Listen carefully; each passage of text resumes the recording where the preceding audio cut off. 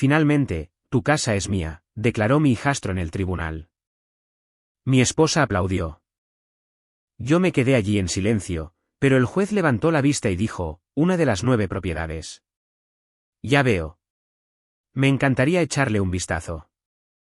Toda la sala se quedó en silencio. La risa de Darío restalló contra las viejas paredes de madera como un clavo mal disparado. Laura aplaudió, de forma seca y entusiasta, como si estuviera cerrando un trato. Yo no parpadeé. No me moví. Entonces el juez levantó la vista y preguntó con una voz tan suave como la nieve al caer, ¿cuántas propiedades posee, señor Cárdenas? El sonido en esa sala cambió cuando lo dijo. Las sillas dejaron de crujir. Alguien se aclaró la garganta y se lo pensó mejor. El ventilador del techo seguía girando, lento y cansado, esparciendo el olor a barniz viejo y a papel. Conté mi respiración. 1, 2, 3. Llevaba toda la vida contando. Esa parte era fácil. Finalmente, Darío dijo de nuevo, esta vez más alto, como si el volumen pudiera hacerlo más cierto, la casa es mía. Se quedó allí de pie con su traje gris brillante, del tipo que parece caro hasta que lo tocas.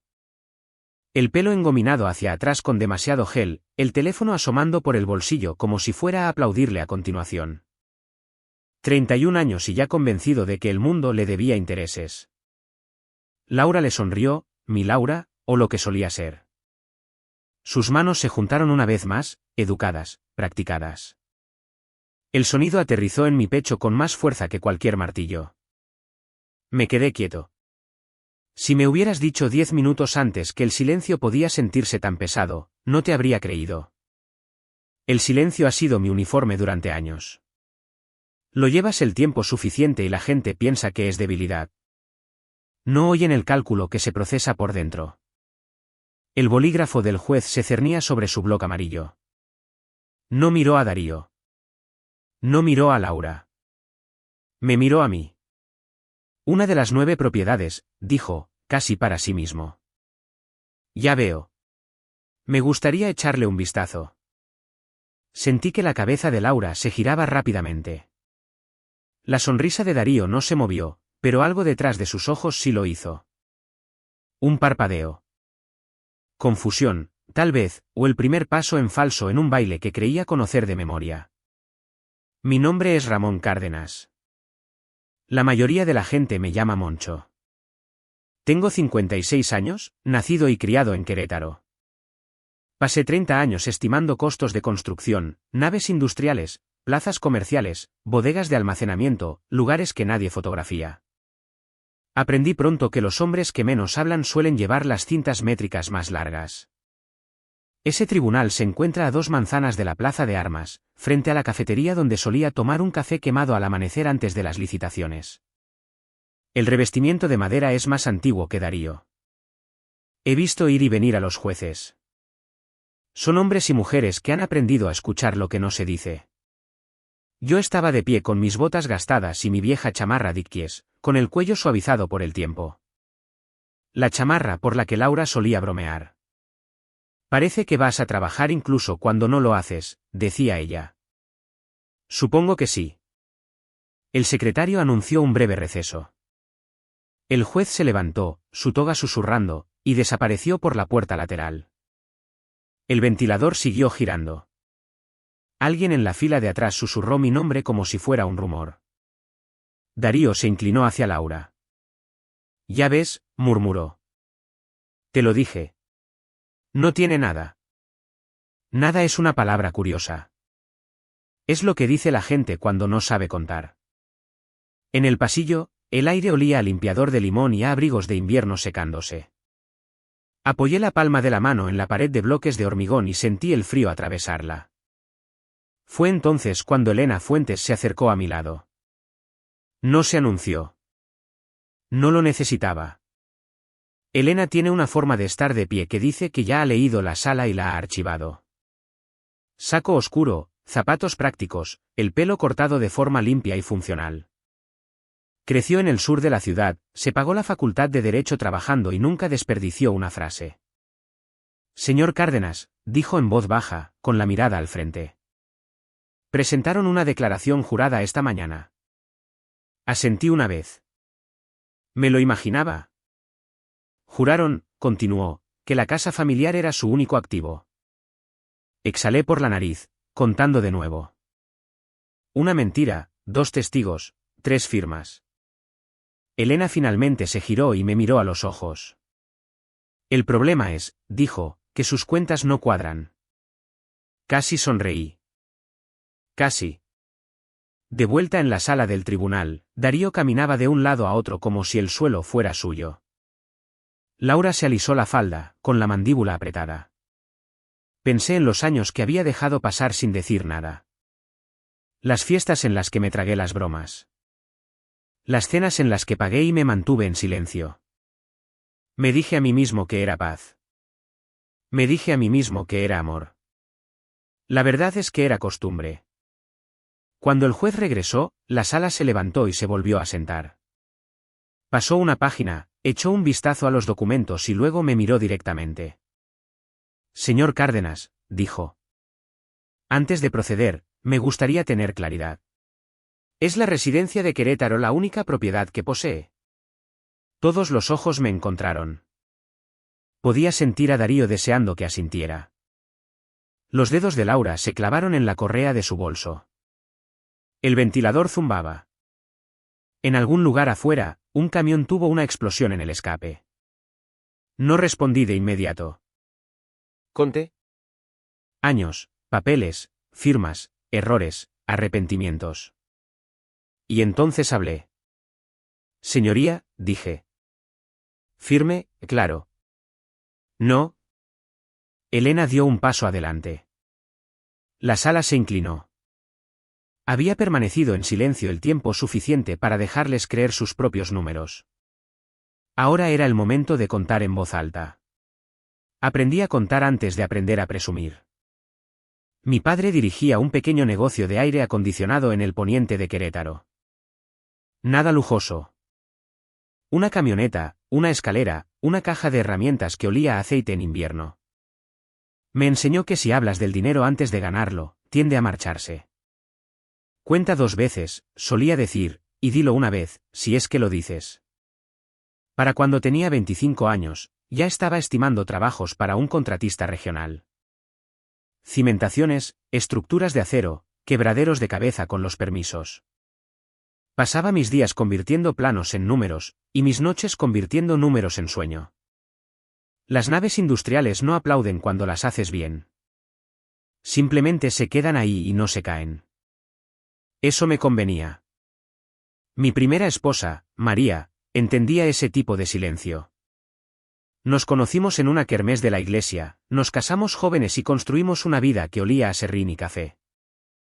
El cáncer se la llevó antes de que ninguno de los dos aprendiera a envejecer. Después del funeral, la casa resonaba. Aprendí entonces que el silencio puede ser amable o cruel, dependiendo de cuánto tiempo lo dejes reposar. Conocí a Laura 3 años después. Se reía con facilidad. Le gustaban las cenas fuera, las lámparas cálidas y la idea de empezar de nuevo. Nos casamos en el registro civil, el mismo edificio donde Darío más tarde alardearía sobre mi casa. En ese momento, pensé que la simplicidad era una bendición. En lo que respecta al dinero, mantuve las cosas separadas. No para esconder, al menos eso es lo que me decía a mí mismo, sino para mantener la paz. Laura tenía opiniones sobre el gasto. Yo tenía hábitos de ahorro. Acordamos estar en desacuerdo y nunca más volvimos a estar de acuerdo del todo. Invertí de la misma manera en que trabajaba, lento, aburrido y legal. Una lavandería en San Juan del Río. Monedas constantes, gente constante. Una fila de bodegas de almacenamiento cerca de la autopista 57D. Sin glamour, sin drama. Una pequeña nave industrial alquilada a una cooperativa de granos. Contratos largos, conversaciones cortas. Cada uno estaba en su propia SDRL, establecida años antes de casarme con Laura, asesorado por un ejecutivo en la Caja Popular al que le gustaban las cosas ordenadas. Nunca oculté el trabajo. Simplemente no lo anuncié. Darío se dio cuenta de eso. Tenía 20 años cuando Laura y yo nos casamos. Boca ingeniosa, sonrisa rápida, siempre midiendo las habitaciones. En Navidad, se reclinaba y preguntaba, ¿y bien, Moncho, todavía manejas esa carcacha? Yo sonreía y pasaba los romeritos. En los cumpleaños, desenvolvía un regalo que yo había comprado, sólido, útil, y decía, sabes que ahora hacen versiones más chidas de esto, ¿verdad? Yo asentía y contaba mis bendiciones. Me decía a mí mismo que tragarme eso mantenía la casa en calma. Me decía a mí mismo que el trabajo de un padrastro era ser paciente. Pero la paciencia sin control enseña a la gente a hacer mal las cuentas. Laura no se oponía. No con firmeza. Le gustaba la confianza de Darío. Le gustaba que soñara a lo grande y gastara más rápido que yo. Cuando preguntaba por las vacaciones, yo decía que tal vez el año que viene. Cuando preguntaba por qué no usaba una tarjeta de crédito con beneficios, yo decía que no necesitaba los puntos. Por la noche, después de apagar las luces, me quedaba tumbado y contaba. Cuentas pagadas, propiedades estables, matrimonio desigual. La demanda me despertó. Leer su expediente fue como descubrir que alguien había estado usando tu nombre para abrir cuentas que nunca autorizaste. El lenguaje era limpio, seguro, incorrecto. Afirmaban que la casa de Querétaro era únicamente propiedad conyugal. Insinuaban que no había nada más que considerar. Nada más. Elena no lo endulzó. Nos sentamos en su oficina, con las persianas a medio abrir, el tráfico zumbando abajo. Dejaste que creyeran que estabas quebrado, dijo. La gente tiende a tomarse eso como algo personal cuando descubre que no es verdad. No mentí, dije. Ella asintió. Tampoco los corregiste. Eso me llegó. Pensé en todas las veces que había elegido el silencio porque era más fácil, en cómo mantener la paz los había entrenado lentamente para subestimarme. Aún no estaba enfadado. Estaba decepcionado, de ellos, sí, pero también de mí mismo. No quería que el dinero fuera el tema de conversación. Elena cruzó las manos. El dinero no es el asunto, respondió. La verdad lo es. En el camino a casa, el viento del Bajío zarandeaba la camioneta. Pasé el desvío de las bodegas y no lo tomé. Aún no estaba listo.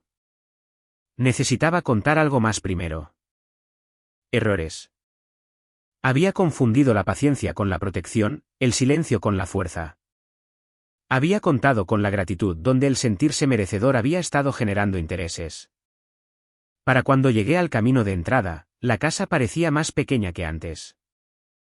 O tal vez finalmente había aprendido a medirla. Adentro, Laura estaba al teléfono. Bajó la voz cuando me vio.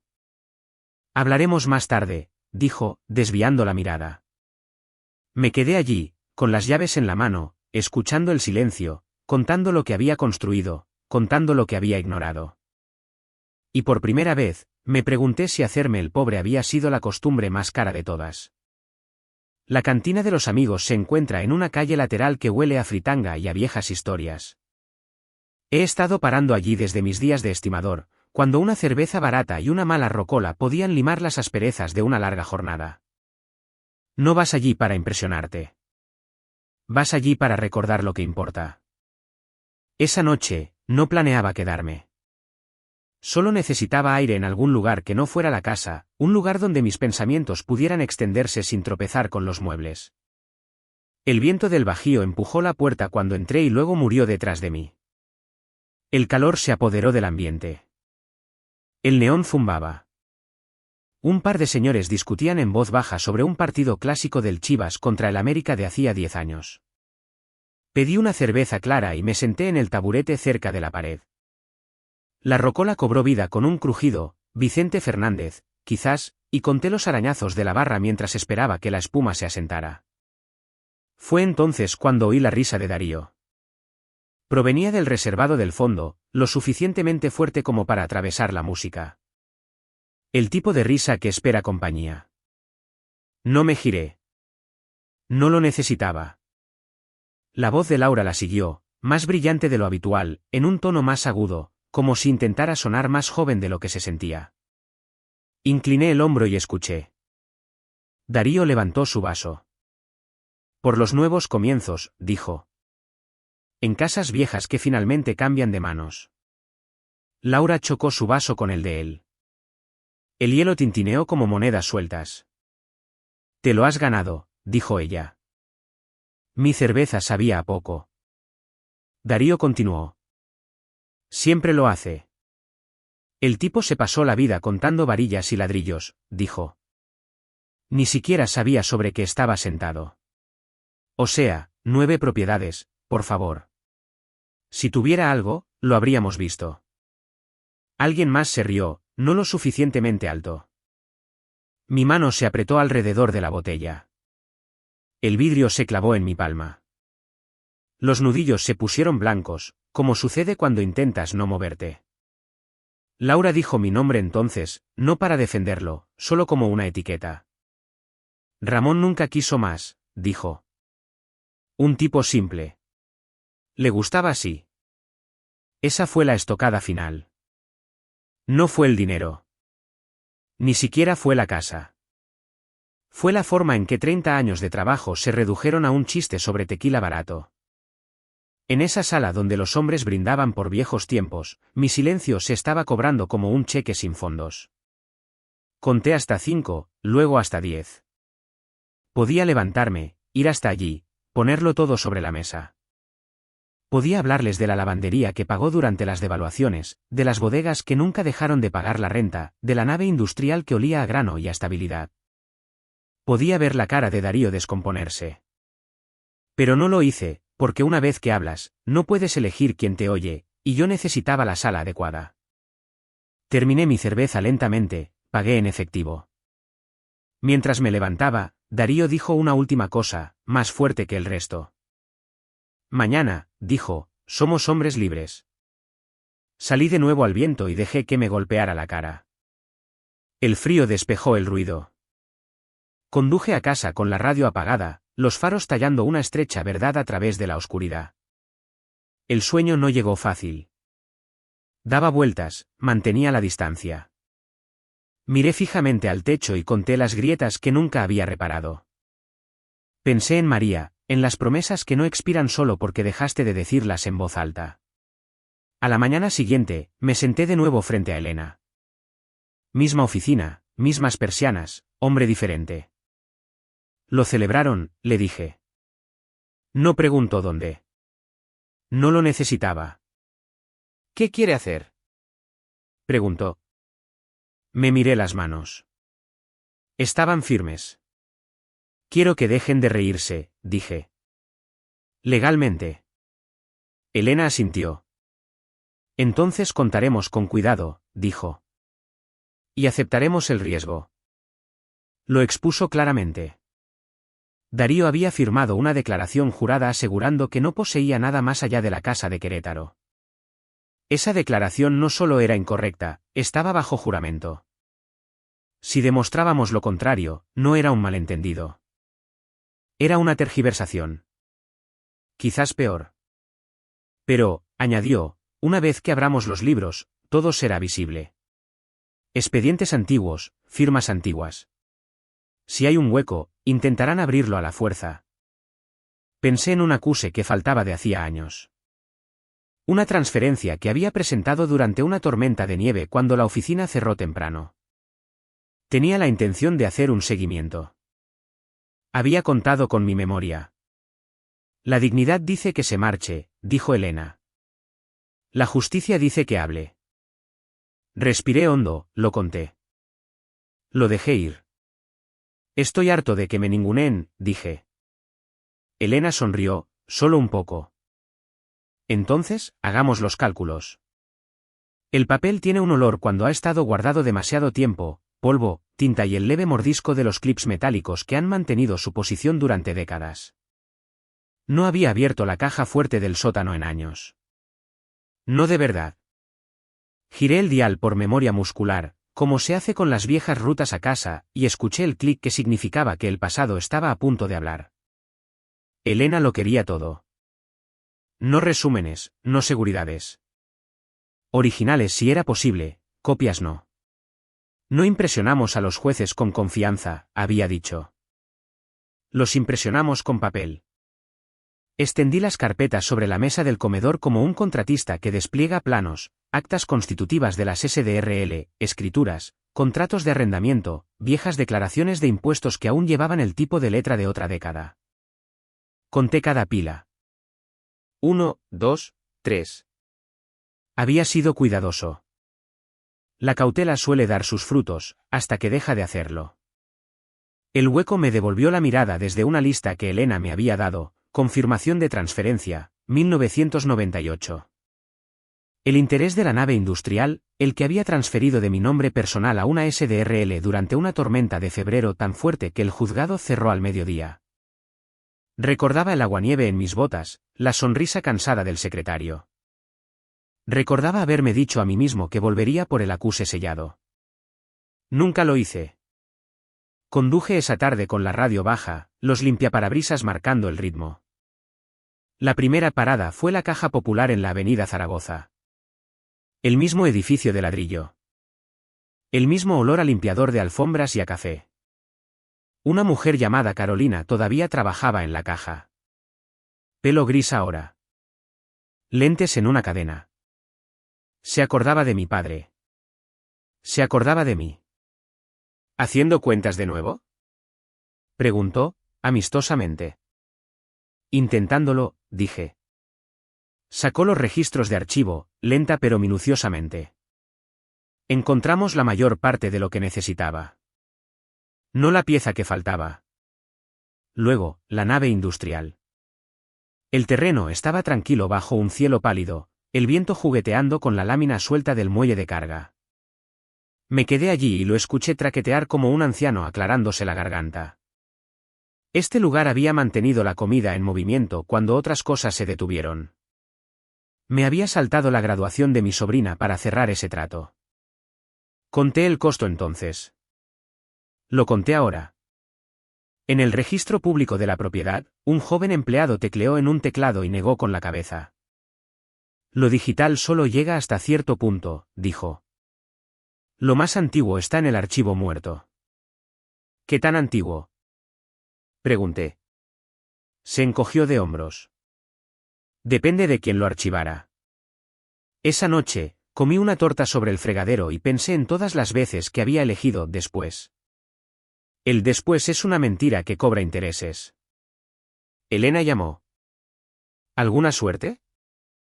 Todavía no. Una pausa. Seguiremos investigando, dijo. Pero entienda que, si perciben debilidad, se apoyarán en ella. Lo sé, dije. Y era cierto. Darío se apoyaba en cualquier cosa que se doblara. 2 días después, conduje hasta una bodega de almacenamiento a 1 hora de distancia, del tipo con largos pasillos y luces fluorescentes que zumban como si estuvieran cansadas de trabajar. Un trabajador jubilado del municipio llamado Guillermo me recibió allí. Se movía con lentitud, pero su memoria era aguda. El año de la tormenta, dijo, entrecerrando los ojos. Sí, empaquetamos un montón y lo enviamos. Desapareció entre las filas y regresó con un diablito. Cajas de cartón etiquetadas con un marcador grueso. Conté las respiraciones mientras él buscaba. 1, 2, 3. Sacó una carpeta y la dejó. ¿Esta? Mi nombre estaba allí, en tinta desvaída. El sello era limpio. La fecha era correcta. El alivio es algo silencioso cuando has vivido lo suficiente. No grita. Simplemente se asienta. De vuelta en la oficina de Elena, organizamos el orden. No llamativo, claro. La lavandería hablaba por sí misma. Ingresos constantes, sin drama. Las bodegas de almacenamiento hacían lo mismo. La nave industrial cerraba el círculo. No enumeramos las 9 en detalle. No era necesario. Demostramos que la cuenta estaba equivocada. Aún así, la duda se colaba por la noche. ¿Y si ganar significaba perder la última ilusión que tenía? ¿Y si el silencio había sido mi escudo y hablar me dejaría al descubierto? Elena lo vio en mi cara. No se trata de dinero, dijo. Se trata de que las cosas se nombren correctamente. La mañana de la audiencia, me puse la misma chamarra. Conté los botones. Dejé las llaves de la casa en la barra. Hay cosas que no se recuperan. En el pasillo exterior del tribunal, Laura pasó a mi lado. No se detuvo. No tenía por qué. Yo ya había dejado de fingir. Cuando el alguacil nos llamó para entrar, me sentí tranquilo, no insensible. ¿Listo? Había hecho el trabajo. Tenía los papeles. Pasara lo que pasara a continuación, ya no estaría adivinando. La sala del tribunal sonaba diferente la segunda vez. Mismas paredes, mismo ventilador. Pero el aire ahora tenía peso, como una tormenta decidiendo si romper o no. Darío estaba más erguido que antes, con la barbilla en alto y el traje planchado. Laura se sentó cerca de él, con las manos juntas y los labios apretados. No me miraron, ni una sola vez. No me lo tomé como algo personal. La gente evita los espejos cuando no está preparada para lo que muestran. El juez entró, se acomodó y hojeó el expediente. El papel susurró. Una tos resonó desde la fila de atrás. Conté los segundos entre respiraciones y sentí que mi pulso se ralentizaba para igualarlos. El caso del señor Cárdenas, dijo el juez, continuará. El abogado de Darío habló primero, seguro, limpio. Repitió la afirmación, la casa de Querétaro, el matrimonio, la suposición de que no había nada más que valiera la pena discutir. Lo dijo de la manera en que la gente dice hechos que nunca ha verificado. Cuando terminó, el juez asintió y se dirigió a Elena. Licenciada Fuentes. Elena se puso de pie. No se apresuró. No sonrió. Señoría, dijo, empezaremos con la prueba A. Le entregó una carpeta al secretario. Se deslizó por el escritorio con un suave roce que se oyó más lejos de lo que cabría esperar. El demandado es propietario de una lavandería en San Juan del Río, dijo. Constituida como Lavandería Cárdenas SDRL en 2009.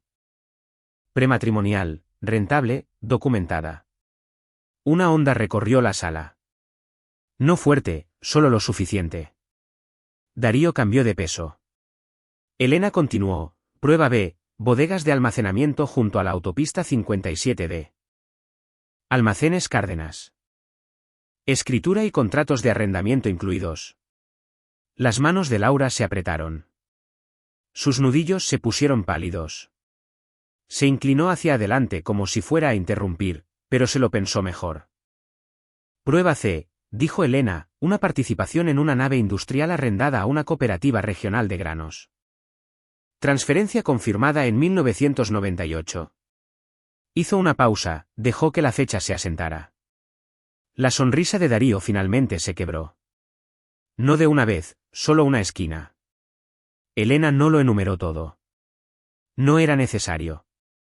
Dejó la pila de documentos y miró al juez. Señoría, la declaración jurada presentada por el señor Darío Cárdenas afirma que la residencia de Querétaro es el único activo del señor Ramón Cárdenas. El juez levantó la vista. ¿Es así? Elena asintió. Está bajo juramento y es incorrecta. La sala se inclinó. Las sillas crujieron. Alguien susurró el nombre de Darío como una advertencia. El juez se dirigió a Darío. ¿Usted firmó esto? Darío tragó saliva. Sí, señoría. ¿Lo leyó? Sí. Y en el momento en que firmó, dijo el juez con calma, ¿era usted consciente de estas otras propiedades? Darío abrió la boca, la cerró, miró a su abogado. Laura miraba al frente, como si la pared pudiera ofrecerle refugio. Yo. Comenzó Darío.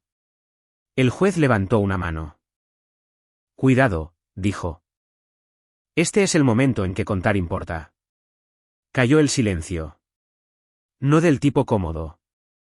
Del tipo que le dice a la verdad que está a punto de hablar. Elena lo remató. No estamos aquí para avergonzar a nadie, dijo. Estamos aquí porque las declaraciones juradas tienen peso, y declarar en falsedad ante un tribunal conlleva consecuencias. El juez asintió una vez. Luego me miró. Señor Cárdenas, dijo, ¿por qué no reveló esto antes? Me puse de pie. El suelo de madera se sentía sólido bajo mis botas. Porque no me lo preguntaron, dije, y porque confiaba en mi familia.